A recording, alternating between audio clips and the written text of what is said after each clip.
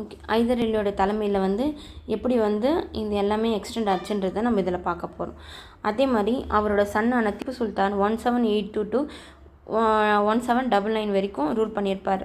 இவங்க வந்து பார்த்தோன்னா முக்கியமான role, prominent role against the expansion of the British empire. ஓகேவா, போத் ஆஃப் த ஃபேஸ்ட் வந்து பார்த்தோன்னா இங்கிலீஷில் வந்து ரொம்ப ஒரு தைரியமாக வீர தீரத்தோட, கரேஜ்னா வீர தீரத்தோடு வந்து எதிர்கொண்டாங்க அப்படின்னு சொல்கிறாங்க. இன் 1761 வந்து இவர் வந்து பார்த்தோன்னா யார், ஐதர் அலி, திப்பு சுல்தான் தான் வந்து டிஃபேக்டோ ரூலர்ஸ் ஆஃப் மைசூர் அப்படின்னே ஆனாங்க. 1761 ஐதர் அலி தான் வந்து டிஃபேக்டோ ரூலராக வந்தார். He was also proved to be the most formidable enemy of the English in India. Formidableனா வலிமையான அர்த்தம். ஃபார்மிடபிள்னா வலிமையான எனிமி. இங்கிலீஷ்க்கே வந்து அவர் ரொம்ப வலிமையான எனிமியாக வந்து இருந்தார். ஓகேவா, அடுத்தது வந்து பார்த்திங்கன்னா ஃபஸ்ட் ஆங்கிலோ மராத்தா வார். இதோட காஷஸ் பார்த்திங்கன்னா ஐதர் அலியோட க்ரோவிங் பவர், அவரோட வளர்கிற பவர் வந்து பார்த்தோன்னா பிரிட்டிஷ்க்கு வந்து ஒரு வெறுப்பாகவே இருக்கும். ஏன்னா ஐதர் அலின்னு ஹெச்என் போடுறேன் நான். ஐதர் அலியும் வந்து பார்த்தோன்னா ஃப்ரெஞ்சும் வந்து பார்த்தோன்னா ரொம்ப ஒரு ஃப்ரெண்ட்லியாக ரிலேஷன்ஷிப்லேயே வந்து இருந்தாங்க. ஃப்ரெஞ்சும் வந்து ஒரு ஃப்ரெண்ட்லியான ரிலேஷன்ஷிப்பே இருந்தாங்க. இது எல்லாமே வந்து பார்த்தோன்னா இங்கிலீஷ்க்கு ஒரு கன்சர்னாக என்ன சொல்கிறது, இந்த கன்சர்னாக இது ஒரு பெரிய நம்மளுக்கு ஒரு குறையாவே இருக்குதுன்னு சொல்லுவாங்க பாருங்கள். அதனால் இது ஒரு கன்சர்னாக இருக்குது, இது எனக்கு அப்படின்ற மாதிரி. ஓகே, இங்கிலீஷ்க்கும் வந்து அது ஒரு கன்சர்னாகவே இருந்தது. The Maratha, the Nizam and English enter triple alliance against. மராத்தாவும் ஹைதராபாத்தோட நிஜாமும் வந்து பார்த்தோன்னா நிஜாம் ஆஃப் ஹைதராபாத்னு போடுறேன், என்ஹெச்ன்னு போடுறேன், கன்ஃபியூஸ் ஆகுதா, அப்போ நிஜாம்னே போட்டுடலாம். நிஜாமும் பார்த்திங்கன்னா ப்ளஸ் இங்கிலீஷ் இவங்க எல்லாமே சேர்ந்து ஐதர் அலியை வந்து ஒரு அப்போசிஷனாக வந்து கொண்டு வந்தாங்க. இது கோர்ஸ்னால் இதோடைய போரின் போக்கு அப்படின்னு அர்த்தம். ஓகேவா, நிஜாம் வந்து பார்த்தோன்னா with the help of the British troop under general Joseph Smith, இவங்களோட ஹெல்ப் மூலிமா வந்து பார்த்தோன்னா மைசூரை வந்து இன்வைட் பண்ணுறாரு. எப்போன்னா 1767 ஐதர் அலி வந்து தோற்கடிக்கிறார். யாருன்னா நிஜாம் ப்ளஸ் பிரிட்டிஷோட ட்ரூப்ஸ். யாரோட தலைமையில் வருதுன்னா ஜோசப் ஸ்மித்தோட தலைமையில் வந்து வருது. இவங்க வந்து யாருன்னா ஐதர் அலிக்கு எதிர்க்க வராரு. இது ஐதர் அலி வின் பண்ணுறாரு, இவங்க எல்லாமே தோத்துடுறாங்க. இவங்க Haidar Ali defeated English and capture Mangalore. இவர் என்ன பண்ணுறாரு, டிஃபீட் பண்ணிட்டு இவர் மங்களூரையுமே வந்து கேப்சர் பண்ணிடுறாரு. இன் மார்ச் 1769 வந்து 1769 வந்து இவர் வந்து மெட்ராஸை வந்து அட்டாக் பண்ண force the English to sign the treaty on 4th April 1769. இவர் என்ன பண்ணியிருப்பார், நம்மளோட கோட்டை இருக்கிற சென்ட் ஜார்ஜ் கோட்டை முன்னாடி இவர் என்ன பண்ணியிருப்பார், போய் தன்னோட மொத்த படவே நிற்க வச்சுட்டு என்னடா, அப்போ அவங்க இங்கிலீஷில் இருக்கிறவங்க பிரிட்டிஷில் எல்லாருமே வந்து பார்த்தோன்னா பயந்துட்டுருப்பாங்க. அதுதான் சொல்கிறாங்க, he attacked Madras and force the English to sign treaty on 4th April 1769. இதெல்லாம் வந்து சரி நம்ம ஒரு ட்ரீட்டிக்கு வந்துடலாம் அப்படின்னு சொல்லிட்டு அவங்க ட்ரீட்டி ஆஃப் மெட்ராஸ் வந்து சைன் பண்ணியிருப்பாங்க. இந்த வாரோட எண்ணில் வந்து ட்ரீட்டி ஆஃப் மெட்ராஸ் வந்து சைன் பண்ணியிருப்பாங்க. யாருக்குன்னா ஐதர் அலிக்கும் பிரிட்டிஷ்க்கும் வந்து சைன் பண்ணியிருப்பாங்க. அதில் என்ன சொல்லியிருப்பாங்கன்னா அவங்க போத் பார்ட்டிஸும் வந்து அவங்களுடைய கான்கர் பண்ண டெரிட்டரி அவங்கக்கிட்ட ஒப்படைக்கணும். அதே மாதிரி யாருன்னா வந்து ஃபாரின்னா இவங்க தவிர வெளியே இருக்கவங்க யாருன்னா வந்து யாரை அட்டாக் பண்ணணும், 2 பேரும் யார் வேணால் ஹெல்ப் பண்ணணும் அப்படின்ற மாதிரி சொல்லியிருப்பாங்க. ஆனால் இந்த ப்ராமிஸை வந்து காப்பாற்றிருக்க மாட்டாங்க. அதனால தான் வந்து செகண்ட் ஆங்கிலோ மராத்தா வார் வந்து வந்திருக்கும். நம்ம அடுத்தது பார்க்கலாம். காஷஸ் வந்து பார்த்தோன்னா இங்கிலீஷ் வந்து பார்த்தோன்னா அந்த டேர்ம்ஸை வந்து இப்போ ஒரு என்றைக்குமே அவங்க இங்கிலீஷ் வந்து அவங்களோட டேர்ம்ஸ் வந்து ஃபில் பண்ணதே கிடையாது. நான் இது பண்ணுறேன் அப்படின்னு சொல்லியிருப்பாங்க. நம்ம ஹிஸ்ட்ரியில் எல்லா இதுவுமே பார்க்கலாம், அவங்க வந்து சொல்லியிருப்பாங்க, அதை அவங்க ஃபுல்லாக வந்து செஞ்சுருக்கவே மாட்டாங்க. ஆனால் நம்ம ஆளுங்க நம்ம திப்பு சுல்தான் இந்த வார்லேயே பார்ப்போம், திப்பு சுல்தான் வந்து 3.6 crore அவங்க பாதி டெரிட்டரி கொடுக்கணும்னு சொல்லியிருப்பாங்க. ஆனால் அதில் ஒரு பைசா பாக்கி இல்லாமல் கரெக்டாக கொடுத்துருப்பாங்க நம்ம இந்தியன்ஸ். ஆனால் வந்து அவருங்க சொன்ன ஒரு வாக்கையும் அவர் காப்பாற்றுறது கிடையாது. அதுதான் வந்து இதில் நடந்திருக்கோம். கோர்ஸ் நம்மளோட இது கதை போக போக நம்ம தெரிஞ்சுக்கும். செகண்ட் ஆங்கிலோ மராத்தா வாரில் பார்த்திங்கன்னா இங்கிலீஷ் வந்து பார்த்தோன்னா அவங்களோட டேர்ம்ஸை வந்து ஃபுல்ஃபில் பண்ணலாம். எப்போனா ட்ரீட்டி ஆஃப் மெட்ராஸில் வந்து நடந்துச்சு பார்த்திங்களா 1769 ஃபஸ்ட் ஆங்கிலோ மராத்தா வாரில். அதில் வந்து அவங்க அது எதுவுமே அவங்க கேட்டு பண்ணிக்கல. அதே மாதிரி when Hyder's territory was attacked in 1771 by Marathas, Hyder did not get help from the British. ஐதரோட டெரிட்டரி வந்து மராத்தாஸ் வந்து பார்த்தோன்னா 1771 அட்டாக் பண்ணியிருப்பாங்க. ஐதரை வந்து பார்த்தோன்னா அந்த ஹெல்ப் வந்து அவங்களுக்கு கிடச்சிருக்காரு. பிரிட்டிஷ் வந்து பார்த்தோன்னா கான்குவர் மாஹே வந்து பார்த்தோன்னா ஃப்ரெஞ்ச் செட்டில்மெண்ட்டு யாரோட கண்ட்ரோலில் இருக்குன்னா அது வந்து ஹைதரோட ஜூரிடெக்ஷனில் வந்து இருக்கும். ஐதரோட கண்ட்ரோலில் இருக்கிற ஒரு இடத்த வந்து பார்த்தோன்னா அதான் மாஹே. அது வந்து இவர் ஐதரும் ஃப்ரெஞ்சுனா வந்து ஒரு நல்ல ஃப்ரெண்ட்ஷிப்பில் இருக்காதனால அது வந்து அவர் என்ன பண்ணியிருப்பார், நீங்கள் வந்து இங்கே செட்டில் ஆகிக்கோன்னு சொல்லிட்டு ஃப்ரெஞ்சுக்கு வந்து பெர்மிஷன் கொடுத்துருப்பார். அந்த இடத்த என்ன பண்ணியிருப்பாங்கன்னா அவங்க வந்து பார்த்தோன்னா form the alliance by Hyder and with the Nizam and mother against the அதை வந்து பிரிட்டிஷ் வந்து என்ன பண்ணிக்கோ அந்த மாஹையை வந்து கேப்சர் பண்ணும் அப்படின்னு நினச்சிருப்பாங்க. அதனால் வந்து பார்த்தோன்னா என் இடத்துல இருக்கிற இடத்த வந்து நீ எப்படி என் கண்ட்ரோலில் இருக்கிறவங்கள வந்து இன்னொருத்தவங்க வந்து அடித்தாங்கன்னா அது யார் பொறுப்பு, நம்மள அசிங்கப்படுத்தின மாதிரி தான். அது மாதிரி தான் அவர் வந்து ஃபீல் பண்ணியிருப்பார். இதனால் வந்து என்ன பண்ணியிருப்பார், நீ என்னைக்கே ஆப்பு வைக்கிறியா அப்படின்னு சொல்லிட்டு இவர் என்ன பண்ணியிருப்பார், ஐதர் அலி என்ன பண்ணியிருப்பார், ஒரு 3 அலைன்ஸை வந்து ஃபார்ம் பண்ணுறாரு. யாருன்னா நிசாம் ஆஃப் ஹைதராபாத்து ப்ளஸ் மராத்தாஸு. யாருக்கு எதிர்க்க வந்து இது பண்ணியிருப்பார்னா இங்கிலீஷ் எதிர்க்காவே வந்து இது திரும்பியிருப்பார். பார்ப்பா நானாச்சும் ஒன்றும் இல்லை, ஒரு மராத்தாவை எப்படி நிசாம் எப்படி சொல்லியிருப்பார்னா, நீங்கள் என்ன பண்ணியிருக்கீங்க பாருங்கள், நம்ம சவுத் ஆஃப் கிருஷ்ணாவுக்கு இல்லை சவுத் எல்லாத்தையுமே நீ அவங்களுக்கு கொடுத்துருக்க, என்னை இதுக்கு நான் இந்த மாதிரி அலைன்ஸ் பண்ணதுக்கு என்னை இவ்வளோ பண்ணுறான், அப்போ உன் நிலைமை யோசிக்கோ அப்படின்ற மாதிரி பயங்கரமான டாக்டிக்கான ஆள் யாருன்னா ஹைதர் அலி தான். ஓகேவா. மராத்தாவையும் போயிட்டு கன்க்ளூட் பண்ணிப்பார், நீ என்னை அடிக்க வரும்போதே பிரிட்டிஷ்காரன் நான் கூட ட்ரீட்டி போட்டிருக்கேன், அவன் எனக்கு சப்போர்ட் பண்ணல, ஆனால் நீ வந்து ட்ரீட்டி போட்டே அவன் மதிக்கலை, அப்போ வந்து உன்னோட நிலைமை என்னப்பா நீ பார்த்துக்கோ அப்படின்ற மாதிரி அவர் வந்து சொல்லியிருப்பார். இது எல்லாம் கேட்டு அவனுங்களே மனசு மாதிரி ஆமாம் நம்மளுக்கும் அந்த நிலைமை தான் பழகுதுன்ட்டு தான் அவங்க என்ன பண்ணுறாங்க, ஹைதர் அலி கூடவே அலைன்ஸ். ஃபஸ்ட்டு பார்த்தீங்கன்னா 3 பேரும் இந்த ஆப்போசிட் இருப்பாங்க, நிசாம் மராத்தா இங்கிலீஷ் எல்லாமே ஒரு அலைன்ஸ் ஆகும், ஹைதர் அலி தனியாக இருந்திருப்பாங்க. இப்போ அப்படியே மாறி இருக்கும். இவருடைய டாக்டிக்கே என்ன தெரியுமா, எதிரியை வந்து அவங்களுக்கு என்ன சொல்கிறது அவங்களுக்கு எதிராகவே வந்து தூண்டி விடுறது வந்து ஹைதர் அலியோட டாக்டிக். ஓகே நம்ம லெசனுக்கு வரலாம். ஓகே, இந்த கோர்ஸ் ஆஃப் டைமில் வந்து பார்த்திங்கன்னா பிரிட்டிஷ் ஜென்ரலான சர் ஐயர் கூட் பிரிட்டிஷோட இப்போ நம்ம இது மாதிரி ஜென்ரலாக கவர்னர் ஜென்ரலாக மேஜராக அது எல்லாமே நம்ம கவனமாக பார்த்துக்கணும். பிரிட்டிஷ் ஜென்ரலான சர் ஐயர் கூட் வந்து பாருன்னா யார் டிஃபீட் பண்ணுறாரு வெர்சஸ் ஹைதர் அலியை வந்து பார்த்தோன்னா தோற்கடிக்கிறாரு. பிரிட்டிஷ் வந்து வின் பண்ணுறாங்க. எங்கன்னா போர்ட்டனோவான்னு பரங்கிப்பேட்டை அங்கே வந்து தோற்கடிக்கிறாங்க. Mysore force suffered another defeat at ஷோலிங்கரோட மைசூரோட அனதர் படை வந்து பார்த்தோன்னா ஷோலிங்கர்லேயும் தோற்று போகுதுன்னு சொல்கிறாங்க. ஹைதர் அலி வந்து பார்த்தோன்னா கேன்சரில் அந்த வார்லேயே இறந்துடுறாரு. அந்த வார் நடக்கும்போதே அவர் இறந்துடுறாரு. அதுக்கப்புறம் அவரோட இறப்புக்கு அப்புறம் 1782 அவர் இறக்குறாரு. அவரோட சன்னுக்கு திப்பு சுல்தான் வந்து அந்த வாரை வந்து எடுத்துகிட்டு போகிறார். திப்பு வந்து பார்த்தோன்னா பிரிகேடியர் மேத்யூஸ்ன்றவர் வந்து இவர் தான் வந்து supreme commander of the British force, முதன்மை படை தளபதி ஆஃப் த பிரிட்டிஷ் ஃபோரை வந்து கேப்சர் பண்ணிடுறாங்க. யார் கூடனா இதுவும் ரொம்ப இம்பார்ட்டன்ட் பாயிண்ட்.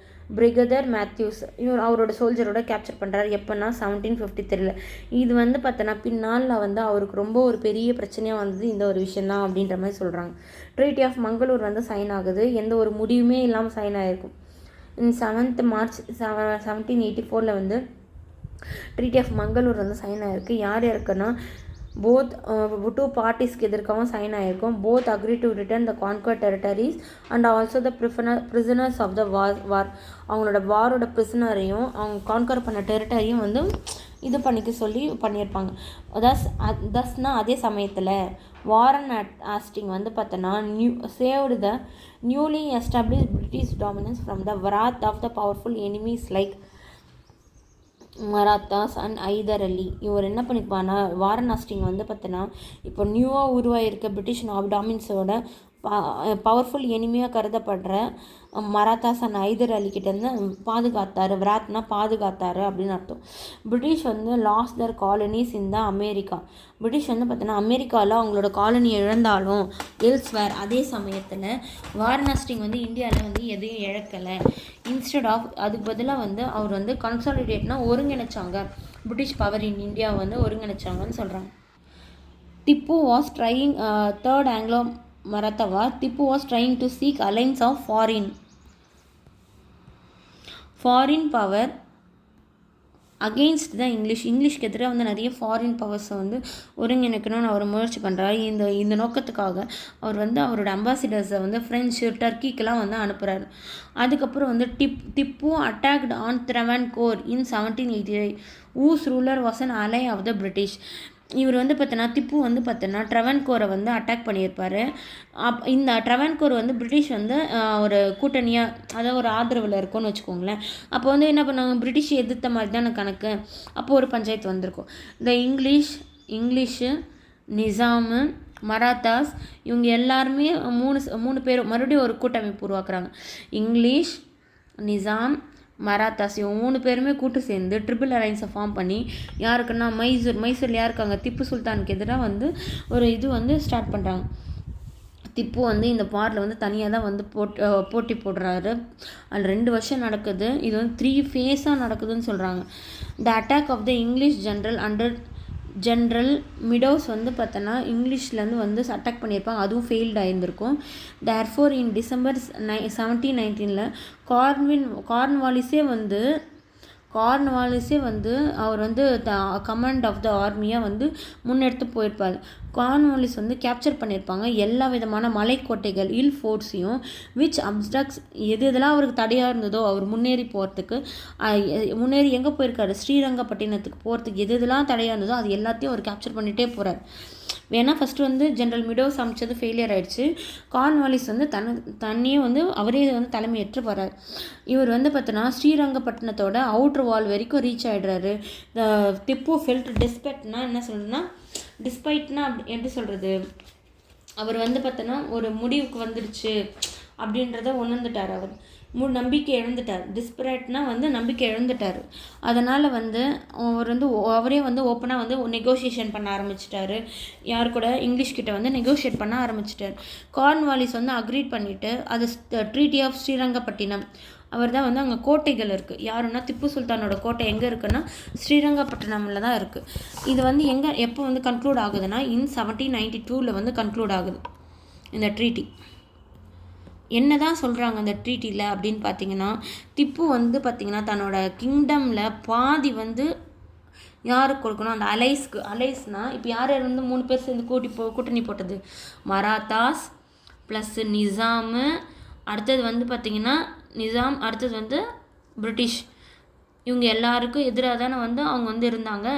இந்த அலைன்ஸுக்கு நீ பாதி கொடுக்கணும் அப்படின்ற மாதிரி சொல்லி வச்சுருப்பாங்க. கடைசியில் என்ன பிரிட்டிஷ் என்னத்தை பண்ணியிருப்பாங்க, இவங்க 2 பேருக்கு எதுவுமே கொடுக்காம மொத்தத்தையும் இவங்களே ஆட்டையை போட்டிருப்பாங்க. அடுத்த கதை ஓகேங்களா, அதை அப்புறம் பார்க்கலாம். திப்பு வந்து பார்த்திங்கன்னா 3.6 crores rupees வந்து நஷ்ட ஈடாக, அதாவது போர் பண்ணுறாங்கன்னா அதுக்கு ஒரு நஷ்ட ஈடாக போர் பண்ணுறதுக்கான ஒரு இது சொல்லுவாங்க. இண்டிமெண்ட்னி தான் வந்து போருக்கான ஒரு நஷ்ட ஈடு தொகையாக வந்து கொடுக்கணும்னு சொல்லியிருப்பார். அது நீ கொடுக்குற வரைக்கும் பார்த்தோன்னா உன் பசங்க 2 பேரையும் வந்து ஆஸ்ட்ரேலியா பிணைய கைதியாக வந்து நான் இங்கிலீஷ் வச்சுருப்பேன் அப்படின்ற மாதிரி சொல்லியிருப்பாங்க. அதனால் இங்கிலீஷ்க்கு வந்து பார்த்தோன்னா எந்த இடம் இதனால் கிடச்சிருச்சுன்னு பார்த்தீங்கன்னா மலபார், கூர்குன்னா என்ன, கூர்கும், அடுத்தது வந்து பார்த்திங்கன்னா மலபார், கூர்கு, அடுத்தது வந்து திண்டுக்கல் பாரமஹால்னா கோயம்புத்தூர் அண்ட் சேலமும் வந்து அவங்களுக்கு வந்து கிடச்சிச்சு. குடகுமலை, கூர்குனா குடகுமலை. அடுத்தது வந்து 4th ஆங்கிலோ மைசூர் வார் வந்து எப்போ நடந்துச்சுன்னா 1799 வந்து நடந்துச்சு. Tipu Sultan did not forget the humiliation treaty. அவர் வந்து மறக்கலை. ஹியூமிலியேட்டின்னு அசிங்கப்படுத்தினாங்கள்ல, இம்போஸ்ட் அப்போ யார் வந்து அவர் மேலே போட்டது, கார்ன்வாலிஸ் வந்து 1719 வந்து அவர் மேலே போட்டாங்கல்ல ஸ்ரீரங்கப்பட்டின ட்ரீட்டி. அவர் வந்து மறக்கலை. அவர் என்ன பண்ணியிருப்பாருன்னா எல்லாருக்கூட வந்து அலைன்ஸ் வந்து க்ரியேட் பண்ணணும், வெளியே பெரிய ஆளுங்களை கூட்டு வந்து இவங்களை காலி பண்ணணும்னு சொல்லி அவர் பிளான் பண்ணியிருப்பார். திப்பு வந்து பார்த்தோன்னா சவுஜ்னா வந்து என்னென்னா முயன்றார்னு அர்த்தம். அலைன்ஸ்னால் கூட்டணி வித் ஃபாரின் பவர்ஸ், நான் தான் சொன்னேன்ல, அகெயின்ஸ்ட் த இங்கிலீஷ் அவர் வந்து நிறைய அம்பாசிடர்ஸை வந்து Arabia, Turkey, Afghanistan and friends ஞாபகம் இருக்கா. இப்ராஹிம் லோடி வந்து பார்த்திங்கன்னா நம்ம இங்கே இருக்கிற யூனுங்களெல்லாம் சமாளிக்கணும்னு சொல்ல பாபர் வந்து வர வச்சிருப்பாருங்க. அது மாதிரி இவர் வந்து பிளான் பண்ணார். அப்போ எவனா வந்து தானே ஹிஸ்ட்ரி வேறு மாதிரி ஆயிருந்திருக்கும். இப்போ வந்து அவர் வந்து முயன்றிருப்பார், ஆனால் அது நடந்திருக்காது. அது எல்லாமே பிரிட்டிஷ் வந்து கண்டுபிடிச்சி நீ இது மாதிரி பண்ணுறியான்னு சொல்லிட்டு அதுக்கு ஒரு வாரம் எடுத்துகிட்டு வந்திருப்பாங்க. அதுதான் வந்து இப்போ நம்ம படிக்க போகிற லாஸ்ட் 3rd ஆங்கிலோ மராத்தா வார். ஓகே, பார்க்கலாம். அடுத்தது வந்து பார்த்திங்கன்னா திப்பு வந்து பார்த்தோன்னா கரஸ்பாண்டன்ஸ் வித் அந்த டைமில் வந்து நெப்போலியன் வந்து பார்த்தோன்னா ஈஜிப்தை வந்து என்ன சொல்கிறது இன்வைட் பண்ணியிருப்பார். இன்வைட்னா என்ன சொல்கிறது கைப்பற்றி பார்த்துருப்பார். ஃப்ரெஞ்ச் ஆஃபீஸர்ஸ் வந்து பார்த்தோன்னா ஸ்ரீரங்கப்பட்டினம் வந்து அங்கே வந்து ஜெக்கோபியன் கிளப்பை வந்து ஃபார்ம் பண்ணியிருப்பாங்க. அதனால் வந்து பார்த்தோன்னா இதெல்லாம் 4th ஆங்கிலோ மராத்தாவாரோட காஷஸ். ஓகே, அங்கே வந்து பார்த்தோன்னா ட்ரீ ஆஃப் லிபர்ட்டியை வந்து பிளான் பண்ணிப்பாங்க. இதுவும் ரொம்ப இம்பார்ட்டண்ட்டு ப்ரீவியஸ் இயர் கொஷின் இது. அதோட கோர்ஸ் வந்து பார்த்திங்கன்னா வெல்லஸ்லி வந்து பார்த்தோன்னா டிக்ளேர் வார் அகெயின்ஸ்ட் திப்பு. ஏன்னா அவங்க எதெல்லாம் பண்ணக்கூடாதுன்னு சொன்னால் அது எல்லாமே அவர் பண்ணார். ஃபாரின்ஸ் கலையை அமைச்சிருக்கேன், நெப்போலியன் கூட காண்டாக்ட் பண்ணணும்னு நினச்சிருக்கேன். இங்கே வந்து நான் வந்து உள்நாட்டில் எவனும் என்னை தவிர வரக்கூடாதுனாலும் நீ ஃப்ரெஞ்ச் ஆஃபீஸர் கூட ஜெகோபியன் கிளப்பே நட்டு பண்ணியிருக்கேன். அதே மாதிரி ட்ரீ ஆஃப் லிபர்ட்டி வந்து பிளான் பண்ணியிருக்கேன். இது எப்படின்ற தைரியத்தில் வந்து அவர் வந்து மறுபடியும் வந்து வார் தொடுத்து வந்திருப்பார். யார் வெல்லஸ்லி வந்து வார் வந்து யாருக்கு எதிர்க்காக வந்து வெல்லஸ்லி வெர்சஸ் திப்பு சுல்தான் வந்து வார் நடந்திருக்கும். எப்படின்னா 1799. இந்த வார் வந்து ரொம்ப ஷார்ட் அண்ட் டிசிசிவாக இருக்கும். வெறும் 20 நாள் தான் இந்த வார் நடந்திருக்கும். டிசிசிவ்னா நான் ஒரு வார்த்தை சொன்னல, ஒரு முக்கியமான முடிவு வந்ததுன்னா அது டிசிசிவ்னு சொல்லுவாங்க. பிளான்டு ஏற்கனவே பிளான் பண்ண மாதிரி Bombay army under general Stuart வந்து பார்த்தோன்னா இன்வேட் மைசூர் ஃப்ரம் த வெஸ்ட்டில் இருந்து பார்த்தோன்னா ஸ்டூவர்ட் ஆர்மி வந்து பாம்பேலேருந்து வந்து அட்டாக் பண்ணார். இந்த மெட்ராஸ் ஆர்மி வந்து பார்த்தோன்னா which was lead by the governor ஜென்ரலோட பிரதரான ஆர்த்தர் வெல்லஸ்லி வந்து மெட்ராஸ் ஆர்மியை வந்து லீட் பண்ணி. இது 2 விஷயம் இருக்குது. இவங்க சென்ட்ரலில் இருக்கார். மெட்ராஸ் ஆர்மி, பாம்பே ஆர்மி ரெண்டுமே வந்து பார்த்தோன்னா இவரை வந்து அட்டாக் பண்ணும்போது forced Tipu to retreat to his capital Srirangapatnam. Arthur வெல்லஸ்லியோட இது வந்து அட்டாக் பண்ணும்போது அவர் வந்து தன்னோட கேபிட்டலான ஸ்ரீரங்கப்பட்டினமே வந்து திரும்ப தள்ளியிருப்பாங்க. ரீட்ரீட்னா எப்படி சொல்கிறது, தள்ளுறது, பின்வாங்கினாங்க சொன்னான். ஆன் 4th May 1799 ஸ்ரீரங்கப்பட்டினம் வந்து கேப்சர் பண்ணியிருப்பாங்க. திப்பு வந்து பிரேவாக சண்டை போட்டு அவரை வந்து ஃபைனலாக அவரை கொண்டுட்ருப்பாங்க. 4th மைசூர் வார் வந்து எண்ட் ஆகிருக்கும். ஏன்னா வந்து ஒரு லாஸ் இறந்துட்டாங்கல்ல, அதனால வந்து பிரிட்டிஷ் வந்து வின் ஆன மாதிரி கணக்காகி போச்சு. ஓல் மைசூர் லே ப்ராஸ்டேட் பிஃபோர் த பிரிட்டிஷ். மொத்த மைசூருமே வந்து சாஷ்டாங்கமாக அவங்க முன்னாடி கிடச்சிட்ட மாதிரி ஆகிப்போச்சு. கடைசியில் மைசூர் வாருக்கு அப்புறம் என்ன நடந்துச்சு அப்படின்னா, இந்த இங்கிலீஷ் வந்து ஆக்குபைட் கனரா, வயநாட், கோயம்புத்தூர், தாராபுரம் அண்ட் ஸ்ரீரங்கப்பட்டினம். ராஜா ஒடையாரோட ஃபார்மர் இந்து ராயல் ஃபேமிலி அவரை வந்து மறுபடியும் த்ரோனுக்கு வந்து உட்கார வச்சுருப்பாங்க. யார், பிரிட்டிஷ் வந்து உட்கார வச்சுருப்பாங்க. அதோட சின்ன குழந்தை ஒருத்தர் இருப்பான், அவனை தான் வந்து ராஜா உட்கார வச்சு சப்சிடரி அலையன்ஸ் வந்து போட்டு விட்டுருப்பாங்க. திப்பு ஃபேமிலி வந்து பார்த்தோன்னா வேலூர் கோட்டைக்கு சென்ட் பண்ணிப்பாங்க. இங்கே வந்து ரிவால்ட் வந்து வேலூர் ரிவால்ட் அது வந்து ஸ்டார்ட் ஆகிருக்கும். Anglo Maratha was. இப்போ வந்து ஆங்கிலோக்கும் மராத்தா இப்போ வந்து எல்லோரும் என்ன பண்ணாங்க, மொத்தமாக கூட்டு சேர்ந்து திப்பு சுல்தானை வந்து ஃபினிஷ் பண்ணிட்டாங்க. இப்போ அடுத்தது என்ன நடக்கும்,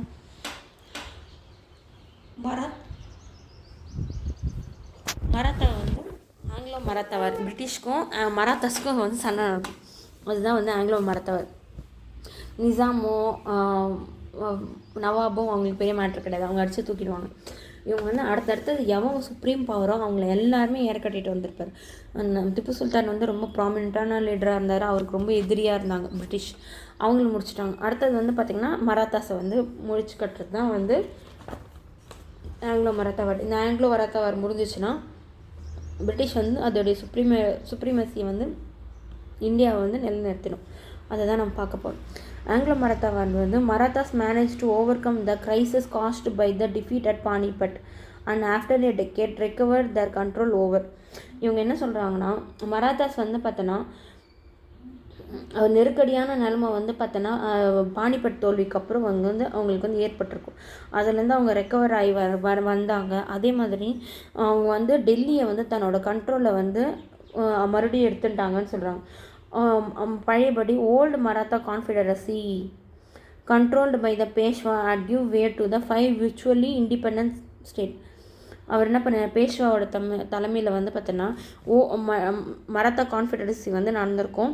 அதை வந்து பார்த்தோன்னா விர்ச்சுவலாக வந்து பார்த்தோன்னா 5 இண்டிபெண்டன்ட் கிங்டமாக வந்து பிரிஞ்சிருக்கும். அது என்னென்னா Peshwa at Pune, Gaikwads and Barod, Bhonsle at Nagpur, Holkers at Hindur, Scindias at Gwalior. ரொம்ப இம்பார்ட்டங்க இதுங்க. இதை கேட்டு மேட்ச் பண்ணுறதுக்கு கூட வாய்ப்பு இருக்குது. இப்போ என்ன பண்ணுவாங்க, இந்த மராத்தாஸ் எப்படி மொத்தமாக அடித்து தூக்கிட்டு வராங்க, இப்போது தனித்தனியாக சண்டை போட்டு எப்படி வந்து இவங்களெல்லாம் அடித்து தூக்குறாங்கன்றத வந்து இதை நம்ம பார்க்க போகிறோம். பேஷ்வா வந்து பூனே, கைக்வாட்ஸ் வந்து பரோத், போன்ஸ்லே வந்து நாக்பூர், ஓல்கஸ் வந்து இந்தூர், ஸ்கிந்தியாஸ் வந்து குவாலியர். பேஷ்வாவோட கவர்மெண்ட் வந்து பார்த்தோன்னா வீக் ஆகிட்டே இருந்தது. எதனால்னா இன்டர்னல் அவங்கவுங்களுக்குள்ளேயே சண்டை போட்டுகிட்டே இருந்தாங்க. And other 4 leaders were often hostile to one other. அவங்களுக்குள்ளே உள்ள சண்டை நடந்துகிட்டே இருந்தது. அதே மாதிரி அவங்கவுங்க ஒருத்தருக்குள்ளேயே வந்து அவங்க சண்டை போட்டுட்டதுனால இவங்களுக்கு ரொம்ப வீக்காக இருந்து சொல்கிறாங்க. டிஸ்பைட்னா இதை தவிர இந்த மராத்தாஸ் வார் ஸ்டில் ஃபார்மிடபிள் பவர். இதெல்லாம் விட்டுட்டு வெளியே பார்த்தோன்னா மராத்தான்றது பயங்கரமான ஒரு வலிமையான பவராக இருந்தது சொல்கிறாங்க. அவங்களோட இன்டர்னல் கான்ஃப்ளிக்ஸ் தான் வந்து நம்ம இந்தியன்ஸோட வீக்னஸே அதுதானங்க. நம்ம கண்டி ஒன்றில் ஒத்துமையாக இருந்திருந்தோன்னா அவங்களாம் ஒன்றுமே பண்ணியிருக்க முடியாதுல்ல, அதுதான் சொல்கிறாங்க. மராத்தாஸ் வந்து பார்த்தோன்னா best utilised by the British in that expansionary policy. Marathas வந்து பார்த்தோன்னா அவங்கள வந்து நல்லா என்ன சொல்கிறது, இங்கே அவங்க உள்ளே சண்டை போட்டுக்கிறதுனால மராத்தாஸ்க்கு வந்து ரொம்ப ஈஸியாக இருந்தது. அவங்க வந்து ஒவ்வொருத்தராக கேப்சர் பண்ணி இன்னொருத்தவங்க வந்து ஹெல்ப் பண்ண மாட்டான். இப்போ வந்து நம்ம ஒருத்தரை போய் அட்டாக் பண்ணால் இன்னொருத்தவங்க வந்து ஹெல்ப் பண்ணால் தான் அது இதுவாக இருக்கும். அது மாதிரி பண்ண மாட்டான். அப்போ வந்து இவன் போய் கேப்சர் பண்ணி கடைசியில் மொத்தமே கேப்சர் பண்ணுவான். அதுதான் ஷார்ட் ஸ்டோரி இது. ஃபஸ்ட் ஆங்கிலோ மராத்தால் வார் வந்து எப்போ நடக்கும்னா 1775 to 1782 வரைக்கும் நடக்கும். In the case of the Maratha, first British intervention was at the time of the dispute over succession to the Peshwaship following the death of Narayana Rao. இப்போ வந்து இதே succession வாரில் தான் எப்போவுமே அவனுக்கு தலையிடுறது, பிரிட்டிஷ் தலையிடுறது. அவங்க வந்து நாராயண ராவ் வந்து இறந்துடுறாரு. அதுக்கப்புறம் யார் வந்து பதவிக்கு வரான்ற போட்டி வந்து நடக்குது. அப்போ வந்து பார்த்தீங்கன்னா பிரிட்டிஷ் வந்து தலையிடுறாங்க. After the death of the Narayana Rao, அவர் இறந்ததுக்கப்புறம் அவர் தான் பேஷ்வாவாக இருந்தது. ரகுநாத ராகோபா அவர் தான் வந்து பிகம் த பேஷ்வாவாக வராரு. பட் இவர் வந்து வரக்கூடாது அப்படின்னு சொல்லிட்டு his authority was challenged by a strong party at Poona. Strong party அதாவது வந்து நானா பட்னாவிஸ் அவர் தான் வந்து எதிர்த்திருப்பார்.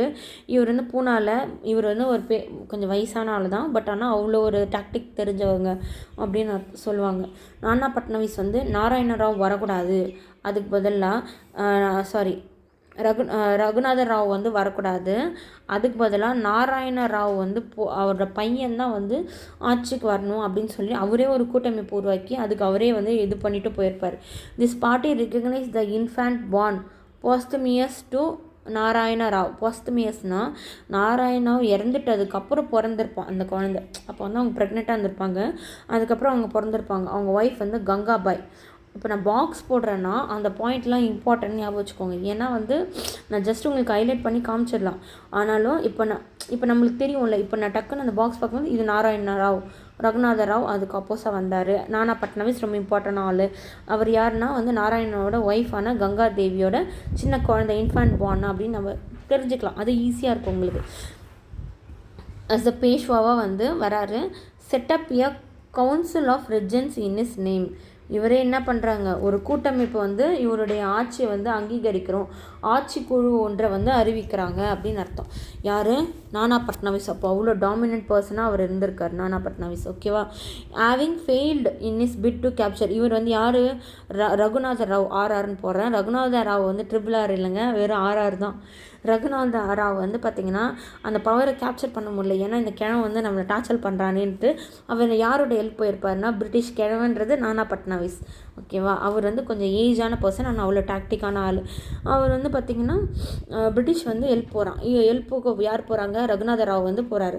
த ட்ரீட்டி ஆஃப் சூரத் வந்து யாருக்கு வந்து சைன் பண்ணுறாங்கன்னா ரகுநாத ராவுக்கும் ப்ளஸ் பிரிட்டிஷ்க்கும் வந்து சைன் பண்ணுறாங்க. என்ன சொல்கிறாருன்னா, நான் என்னை மட்டும் என்னை பதவியில் உட்கார வச்சுருங்கப்பா, உங்களுக்கு சூரத்தில் வந்து நான் பயங்கரமான ட்ரேடிங் ரைட்ஸ் கொடுக்குறேன், அதே மாதிரி ரெவென்யூ கலெக்ஷன் கொடுக்குறேன், அப்படி இப்படின்னு என்னென்னா சொல்லியிருப்பார் அவர். அதுக்கப்புறம் வந்து இங்கிலீஷ்க்கும் ரகுநாத ராவுக்கும் வந்து அந்த கன்க்ளூட் ஆகிருக்கும். கன்க்ளூட்னா என்னென்னா கையெழுத்து வந்து ஆனது. கன்க்ளூடுனா கையெழுத்து ஆனது இன் 1775. ஆனால் அதே சமயத்தில் இருப்பினும் ஹவெவர்னா இருப்பினும் the majority of the supreme British council வந்து பார்த்தோன்னா அதை வந்து கல்கத்தாவில் இருக்காங்க, அவங்க வந்து இதை அப்போஸ் பண்ணுறாங்க, எதிர்க்கிறாங்க. எதுக்குன்னா சூரத் ட்ரீட்டியை வந்து எதிர்க்கிறாங்க. அதனால் த்ரோனா இருப்பினும் வாரணாசி ஹிம்செல்ஃப் எதிர்க்கிறாங்க. பேஷ்வா அது எனக்கு சொன்னாங்க. இவர் வந்து பார்த்தீங்கன்னா ஃபெயில்ட் ஆகிறார், பவருக்கு வர முடியாமல். ரகுநாத ராவ் வந்து பிரிட்டிஷ்க்கு ஹெல்ப் கேட்குறாரு. இந்த ட்ரீட்டி ஆஃப் சூரத் வந்து யாருக்கு சைன் ஆகுதுன்னா இங்கிலீஷ்க்கும் ரகுநாத ராவுக்கும் கையெழுத்து ஆயிடுச்சு. எப்போனா 1775. ஹவெவர்னா இருப்பினும் வந்து இந்த majority of the supreme British council வந்து பார்த்தோன்னா கல்கத்தாவில் இருக்குது, அது வந்து அப்போஸ் பண்ணுறாங்க இந்த சூரத் ட்ரீட்டியை. ஆல்த்ரோனா இருப்பினும் வாரணாசி வந்து பார்த்தோன்னா வந்து இதை வந்து அப்ஜெக்ஷனும் பண்ணல. இந்த இது ரேட்டிஃபைனா ஒரு இது அமலுக்கு வர்றதை வந்து அவர் ரேட்டிஃபையும் பண்ணல. என்ன சொல்ல, அது அமலுக்கு வரணும்னு சொல்லிட்டு அவர் எந்த அப்ஜெக்ஷனும் தெரிவிக்கலை. இந்த கவுன்சில் வந்து பார்த்தோன்னா யார் அனுப்புகிறாங்கன்னா கர்னல் அப்டனை வந்து பூனாக்கு வந்து அனுப்புகிறாங்க. எதுக்கு பூனாவில் யார் இருக்கா? ரகுநாத ராவுக்கிட்ட.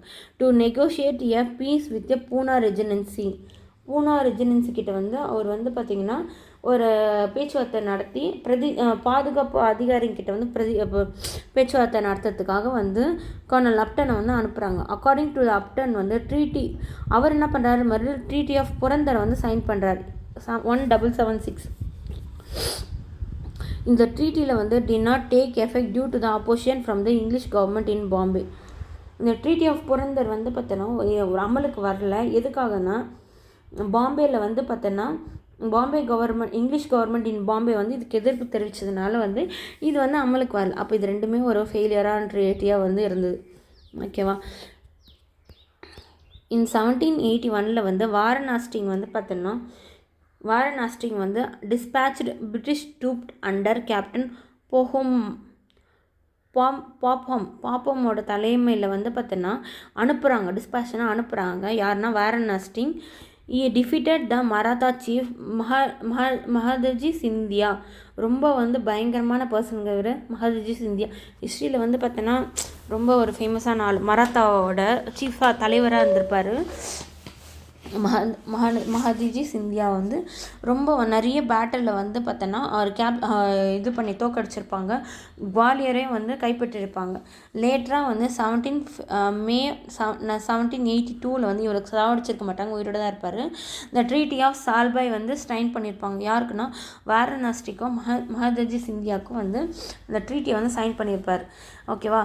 இதில் என்ன சொல்லியிருப்பாங்கன்னா ரகுநாத ராவ் வந்து அவருக்கு வந்து பார்த்தா பென்ஷன் கொடுத்து அமுச்சிட்டு, ஏன்னா இவர் தானே பிரிட்டிஷ்க்கு ஹெல்ப் கேட்டிருப்பாங்க.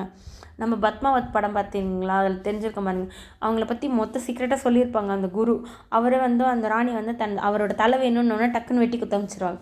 அது மாதிரி அவங்க வேலையாவதான்னு தான் பார்ப்பாங்க. அது மாதிரி தான் ரகுநாத ராவ் வந்து பார்த்தீங்கன்னா பென்ஷன் கொடுத்து அவர் அமுச்சு விட்டுட்டு மாதவராவ் 2 தான் வந்து பேஷ்வாவை அக்செப்ட் பண்ணியிருப்பாங்க. சால்செட் வந்து திரும்பி வந்து பிரிட்டிஷ்கே வந்திருக்கும். த ட்ரீட்டி ஆஃப் சால்பாய் வந்து establish the British influence in Indian politics. இது வந்து பார்த்தோன்னா ட்ரீட்டி ஆஃப் சால்பாய் வந்து பார்த்தோன்னா யாருக்கும் நடந்திருக்கும். ரொம்ப இம்பார்ட்டன்ட் ட்ரீட்டிங்க இது. ட்ரீட்டி ஆஃப் சால்பாய் புரந்தரும் ஃபெயில்ட் ஆகிருக்கும், ட்ரீட்டி ஆஃப் சூரத்தும் ஃபெயில்ட் ஆகிருக்கும். ஆனால் வந்து ட்ரீட்டி ஆஃப் சால்பாய் வந்து நடைமுறையில் இருந்திருக்கும். யாருக்குன்னா வாரணாசிக்கும் மகாதஜி சிந்தியாவுக்கும் வந்து நடந்தது. இந்த ட்ரீட்டி ஆஃப் சால்பாய்க்கு அப்புறம் வந்து 22 இயர்ஸ் வந்து ஒரு பீஸ் வந்து நிலவுச்சு அப்படின்ற மாதிரி சொல்கிறாங்க. Internal affairs of the Marathas வந்து டெஃபரேட்டட் அப்படின்னா என்னென்னா ஒரு பிரச்சனையாகவே இருந்தது, சீரழிந்தது அப்படின்லாம் மோசமடைந்ததுன்னு சொல்கிறான். Further after the close of the first Maratha வார்க்கு அப்புறம் வந்து அது வந்து அவ்வளோ பிரச்சனையாக இருந்ததுன்னு சொல்கிறாங்க. நானா பட்நாயஸ் வந்து பார்த்தோன்னா நானா பட்நாயஸோட வளர்ச்சியும் அவரோட பவரையும் பார்த்து மகாதஜி சிந்தியா வந்து பொறாம அடைஞ்சார் அப்படின்னு சொல்கிறாங்க. It became progressively incline to seek the support of the English. இதனால் வந்து அவர் வந்து பார்த்தோன்னா நானா பட்நாயஸை ஒழிக்கணும்னு சொல்லிட்டு மகாதஜி சிந்தியா வந்து இங்கிலீஷோட ஹெல்ப்பை வந்து நாடி இருப்பார். இந்த யங் பேஷ்வான மாதவராவ் 2 தான் வந்து அக்செப்ட் பண்ணியிருப்பாங்க ட்ரீட்டி ஆஃப் சால்பாயில். அதை தான் இதில் சொல்கிறாங்க. யங் பேஷ்வான மாதவராவ் 2 வந்து ட்ரை டு இம்ப்ரூவ் அவரோட அஃபரை வந்து அவர் வந்து பார்த்திங்கன்னா உள்நாட்டு நல்லுறவை வந்து மேம்படுத்தணும்னு வந்து முயற்சி பண்ணியிருப்பார். ஆனால் வந்து அவரால் வந்து மராத்தாவோட சீஃப்ஸ் அந்த போன்ஸ்லே அதெல்லாம் சொன்னல அவங்களுடைய ரைவலினா போட்டியை வந்து அவரால் வந்து கட்டுப்படுத்த முடியலன்னு சொல்கிறாங்க. மகாதஜி சிந்தியா வந்து 1794 வந்து இறந்துடுறாரு. Was successful by in grand. அதுக்கப்புறம் வந்து அவரோட மருமகனான தௌலத் ராவ் சிந்தியா வந்து அவர் இடத்துக்கு மறுபடியும் வர்றார். இஸ் டெத் லெஃப்ட் நானா ஃபட்னாவிஸ் சுப்ரீம் அட் பூனா. மகாதஜி சிந்தியாவும் இறந்துட்டதுனால நானா ஃபட்னாவிஸ் சுப்ரீம் அட் பூனா. அவர் இறந்துட்டதுனால இவர் வந்து பார்த்தோன்னா நானா ஃபட்னாவிஸ் வந்து பூனேயில் வந்து பார்த்தோன்னா ஒரு சுப்ரீம் பவராக வந்து வராரு. இங்கிலீஷ் வந்து அவர் வந்து பார்த்தோன்னா the English to expand their influence north India வரைக்கும் அவங்க வந்து எக்ஸ்பெண்ட் ஆகிறதுக்கு இதுவாச்சுன்னு சொல்கிறாங்க. பேஷ்வா மாதவராவ் வந்து சூசைட் பண்ணிட்டார். எப்போன்னா 1795. பாஜிராவோ டூ யாருன்னா ஒரு வலிமை இல்லாத சன் ஆஃப் த ரகுநாத ராவோட பேஷ்வா மாதவராவுக்கு வந்து பசங்க கிடையாது. அதனால் வந்து ரகுநாத ராவோட worthless son of Raghunatha Rao Bajirao two வந்து பார்த்தோன்னா அரியணைக்கு வந்து ஏற்றிருப்பாங்க. த டெத் ஆஃப் நானா பட்னாவிஸும் வந்து 1800 இறந்துட்டதுனால இப்போ மொத்த கண்ட்ரோலும் வந்து என்ன சொல்கிறது பிரிட்டிஷ் கண்ட்ரோலில் வந்த மாதிரி கணக்கு தான். ஜஸ்வந்த் ராவ் ஆல்கர் அண்ட் தௌலத் ராவ் சிந்தியா 2 பேருமே வந்து தனக்கு தானே வந்து சண்டை போட்டுகிட்டே இருந்ததுனால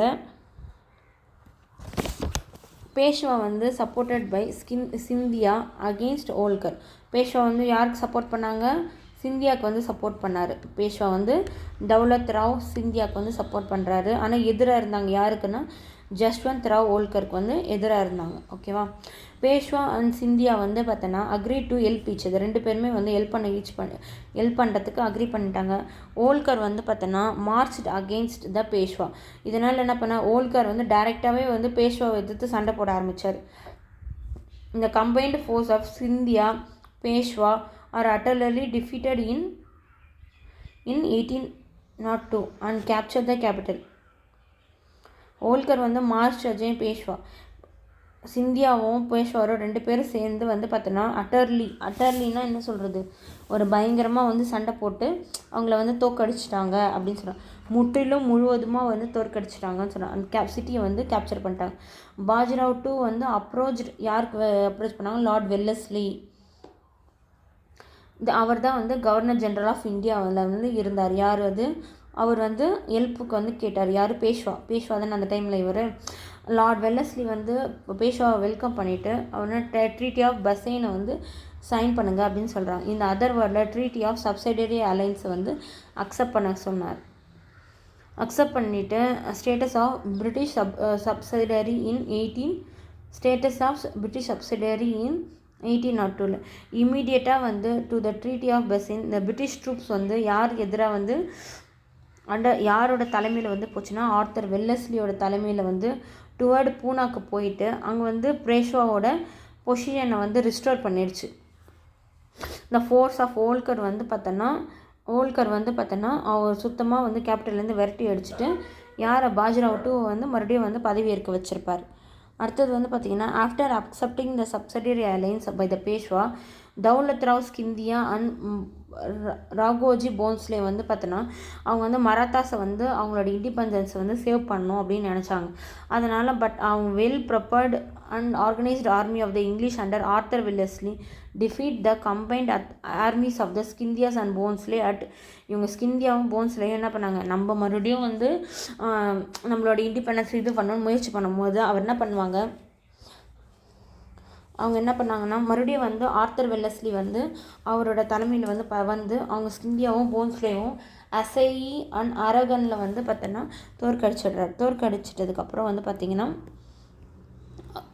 இங்கிலீஷ் இவங்க இங்கிலீஷ் என்ன பண்ணாங்கன்னா 2 பேர் கூடயும் சப்சிடரி ட்ரீட்டியை வந்து சைன் பண்ணணும்னு சொல்கிறாங்க. அது எந்த மாதிரி பேர்லனா ட்ரீட்டி ஆஃப் தியோகனும் and treaty of Suraj Arjun Gaon ட்ரீட்டியும் 2 பேர் கூட தனித்தனியாக சைன் பண்ணுறாங்க இன் 1803.